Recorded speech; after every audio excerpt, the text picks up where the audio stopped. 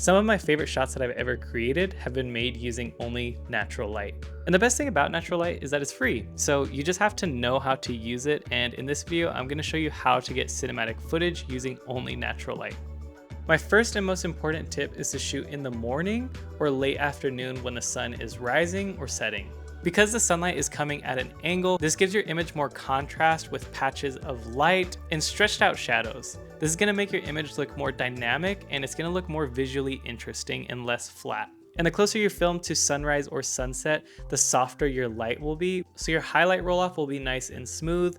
The skies will look much better, usually being a gradient from blue to white or blue to orange if you're lucky. And because the sun is coming at an angle rather than directly over your head in midday, you can try backlighting your subject, meaning the sunlight is positioned behind them. This will give you a soft, even light over your subject, and you can even get some nice lens flares. Or you can position your subject with the sunlight coming from the side of them. This will create some shadows on one side of your face, which can add more texture to your frame and just look more visually interesting. Or if you really want to just highlight your subject, you can place them directly in front of the bright sunlight, and that can also work as well. And if you're unsure which angle the light is hitting from, all you have to do is stick your hand out, rotate in a circle, and you'll see the light and the shadows changing with your hand.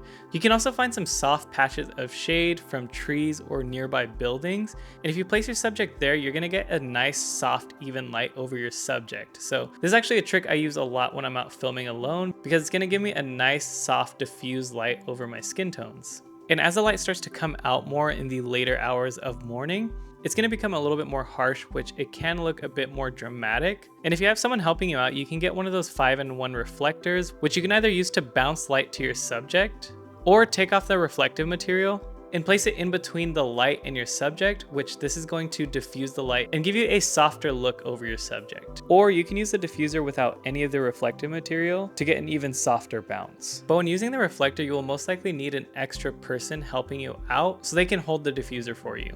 My next tip is to try to avoid shooting in midday, which is typically around noon. This is typically when the sun is the brightest and the harshest looking. It's going to cast heavy shadows over your eyes. And in general, the lighting is just going to look very flat, which in my opinion, it doesn't look cinematic.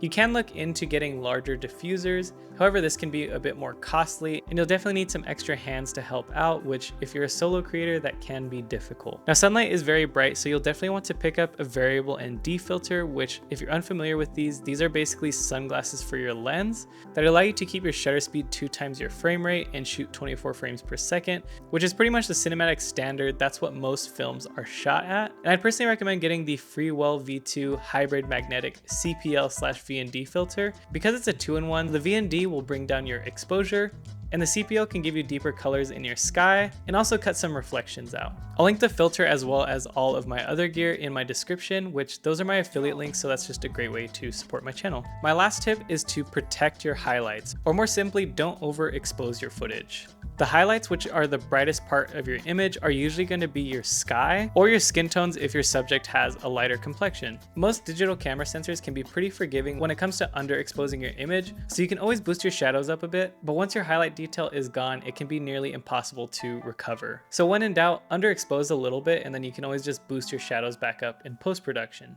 Most camera brands have exposure tools available in the camera. So for example, my Sony FX3, I use zebras. I set my zebras to 95, and basically once I start seeing zebras on my monitor, that's when I know that highlight information is lost or the image is overexposed. Now, one thing to note is that the sun itself will always be overexposed because that is the main and bright light source, so there's no way to recover that. However, when it comes to the rest of your skyline, you can definitely be mindful and properly set your exposure for that. Anyways, that is all for this video. I just want to say a huge thanks for watching, and if you do have any questions, feel free to let me know in the comments down below. And if you did enjoy this video, be sure to like and subscribe. I'll see you in the next one. Peace.